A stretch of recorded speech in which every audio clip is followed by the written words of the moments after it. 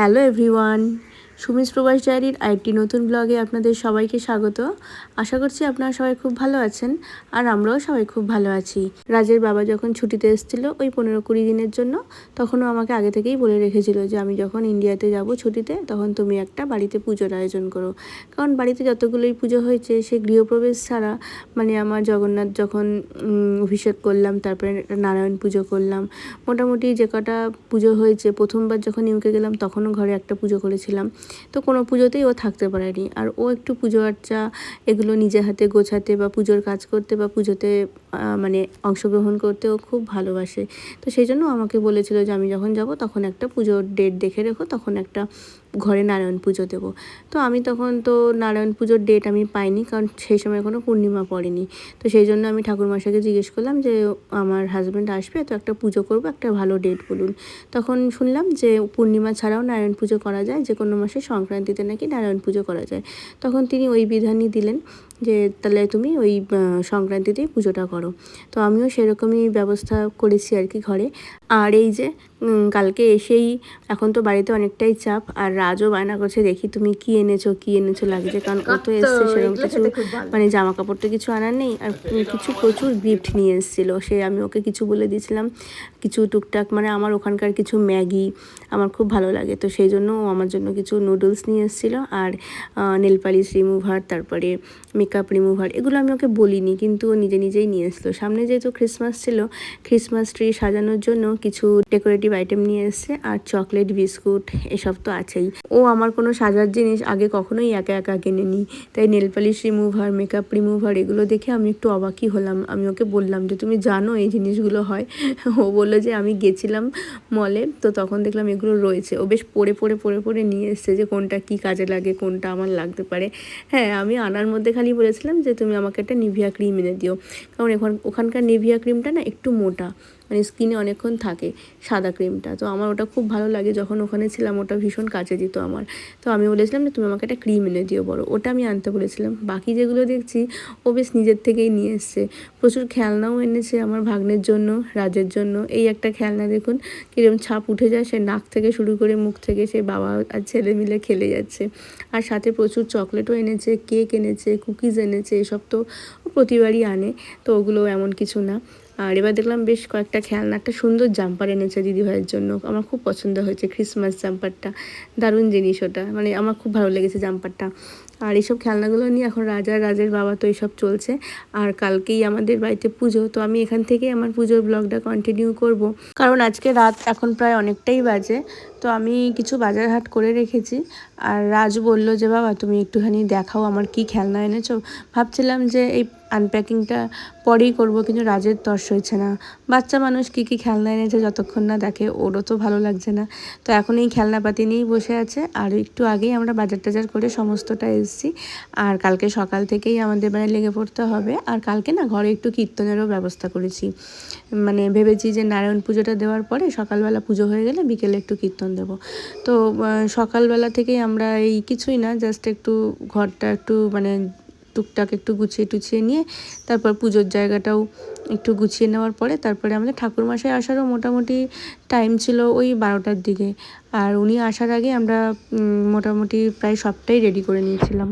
আর এই হচ্ছে আমার পুজোর জায়গাটা, ব্যাকগ্রাউন্ডে সেরকম কিছু আর করিনি, জাস্ট একটু মালা টালা দিয়েই সাজিয়ে নিয়েছিলাম। আর এই আমার ঠাকুরের জায়গা, আপনারা তো অনেক ভিডিওতে আমার দেখেছেন ঠাকুরের জায়গাটা। তো পুজোটা আমি ওখানে করব না, পুজোটা আমি একটু নিচে নামিয়ে ওইখানেই করব। আর ঘরে একটা উলি ছিল, আমি রাজের বাবাকে বললাম তুমি উলিটা একটু ডেকোরেট করে দাও, তাই ও এদিকে উলিটা একটু ডেকোরেট করছে। আর আমি ভেতরে আমার যে সিংহাসনের ওপর ঠাকুরের পুজোটা হবে, তো ওটার ওপর শুনলাম একটু আলপনা দিতে হয়। মামুনি বলল যে একটু হলেও আলপনা দিয়ে দেয়, কারণ মেঝেতে তো আমাদের এই টাইলস বসানো, টাইলসের ফ্লোরে না আমি দেখেছি মানে আলপনাটা ভালো হয় না, কেমন এটা উঠে উঠে আসে। তো সেই জন্য আমি আর ফ্লোরে কোনো আলপনা করিনি। ওই যে চৌকিটার ওপর ঠাকুরের রেখে পুজোটা হবে, তো ওটার ওপরে আমি খুব একটা ভালো আলপনা দিতে পারি না, ওই মানে জাস্ট মানে কোনো রকম একটা দেওয়ার মতো দিতে হবে, তাই একটু দিলাম। মানে চেষ্টা করি ভালো করে দেওয়ার, কিন্তু আমার ঠিক হয়ে ওঠে না। তো যাই হোক, আলপনা দেওয়ার পরে আমি ঠাকুরকে ড্রেসও পরিয়ে দিয়েছি। নতুন ড্রেস এনেছিলাম আজকে, নতুন ড্রেস, নতুন গয়না সমস্তটা পরিয়ে এই যে আমি ঠাকুরকে রেডি করেছি। কি সুন্দর লাগছে দেখুন, ফুলের মালা দিয়ে সাজালে, মানে আমি যখনই না ওনাকে সাজাই, সে যেরকমভাবেই সাজাই না কেন, মানে আমার আর সেই চোখ সরে না। আর আপনাদের সাথে কথা বলতে বলতে ঠাকুরমশাইও চলে এসেছেন। উনি পুজোও শুরু করে দিয়ে প্রায় অনেকক্ষণই হয়ে গেছে, পুজো শুরু হয়ে গেছে। আর আমাদের পুজো শুরু হওয়ার পর এবার হোম হবে, হোমের পর তারপর প্রসাদ বিতরণ। আর সন্ধেবেলা তো কীর্তন হবে, সেটা তো আগেই বললাম। তো সেটার জন্য আজকে আমাদের মানে প্রথমবারই আমাদের এই বাড়িটাতে কীর্তন করাচ্ছি, কারণ এর আগে আমি কখনো কীর্তন এই বাড়িতে হয়নি। যখন গৃহপ্রবেশ করাবো তখন ভেবেছিলাম, কিন্তু আর তাড়াহুড়োর মধ্যে আর ওসব হয়নি। আর এখন এই পুজো কমপ্লিট হয়ে যাওয়ার পরে প্রসাদ গ্রহণের পর তারপর সন্ধ্যাবেলা কীর্তনের আয়োজনটা করা হয়েছে।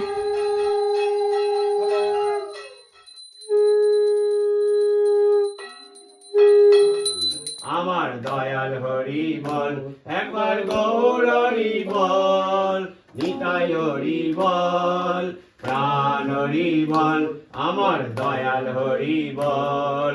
হরি বল, হরি বল, হরি বল ভাই রে, হরি নাম বিনে দিবে অন্য গতি নাই রে। হরি বল, হরি বল, হরি বল ভাই রে, হরি নাম বিনে দিবে অন্য গতি নাই রে। হরি বল ভাই রে, হরি বল ভাই রে, হরি বল ভাই রে, গৌর হরি বল, নিতাই হরি বল, প্রাণ হরি বল, আমার দয়াল হরি বল, একবার গৌর হরি বল। পুজোর মাঝখানে আমি একবার দেখে গেলাম যে মা কী করছে, কারণ মাকে আমি রান্নার দায়িত্বটা দিয়েছিলাম। আমি বলেছিলাম যে তুমি একটু পোলাওটা করো, কারণ মা একেবারে সুন্দর করে ভীষণ ভালো মাপ করে একদম একবারে পোলাওটা বসিয়ে দেয়, যেটা আমি পারি না, আমার একটুখানি জল কম বেশি হয়ে যায়। তো মা ওটা করে নিচ্ছে, আর বেগুনিটাও ভেজে দেবে, বেগুন টেগুন কেটে সব রেডি করে রেখেছে। আর এই যে গানটা আপনারা শুনলেন, এই গানটা আমার এত ভালো লাগে। যখন আমার প্রথম পুজো হয়েছিল, মানে এই ঠাকুরমশাই যখন প্রথম পুজো করতে এসেছিলেন, তখন আমার এই গানটা ওনার কাছে শুনেছিলাম। তো আমিও এইবারও বলেছিলাম যে কাকু, আপনি এই গানটা যখন গাইছেন, এইবার পুজো করার সময় এই গানটা গাইবেন। তো আমার ভীষণ ভালো লাগে গানটা। আর এবার তো হোমযজ্ঞ হবে, তারপর পুজো সম্পন্ন হবে। আমাদের মোটামুটি যারা যারা অঞ্জলি দেওয়ার, প্রত্যেকের অঞ্জলি দেওয়া হয়ে গেছে। আর খাবারও মোটামুটি ওদিকে রেডি হচ্ছে, পুজো শেষ হতে আর কিছুক্ষণই বাকি আছে। পুজো শেষে আমরা চরণামৃতকে আমাদের উপোস ভঙ্গ করার পরে প্রসাদ গ্রহণ করলাম। আর প্রসাদ গ্রহণ করে আমাদের দুপুরের যে খাওয়া দাওয়া ছিল, মোটামুটি ঘরের যে কজন ছিল ঘরোয়া, সমস্তটা সেরে নিয়ে সন্ধ্যাবেলা আমাদের কীর্তনের অনুষ্ঠান যেটা ছিল বলেছিলাম, সেটার আয়োজন করা হয়েছে। ঠাকুরমশাই এসেছিলেন, উনি দুপুরবেলা খেয়ে দিয়ে তারপরে আবার সন্ধ্যাবেলা ওনাদেরকে নিয়ে এসছেন, তারপরে আমাদের কীর্তনটা শুরু হলো।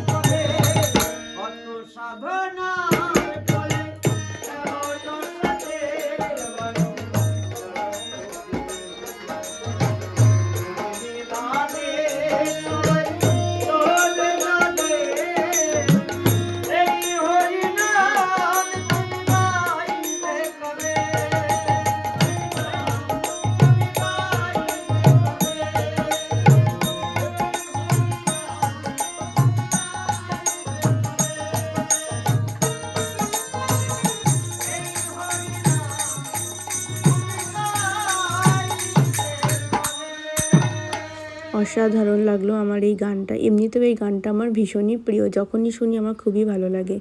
আর আজকের দিনটা সারাদিন ব্যস্ততার মধ্যে আমার যেন এই কীর্তনের সময়টা খুবই মানে স্পেশাল লাগলো, খুবই একটা অন্যরকম অনুভূতি।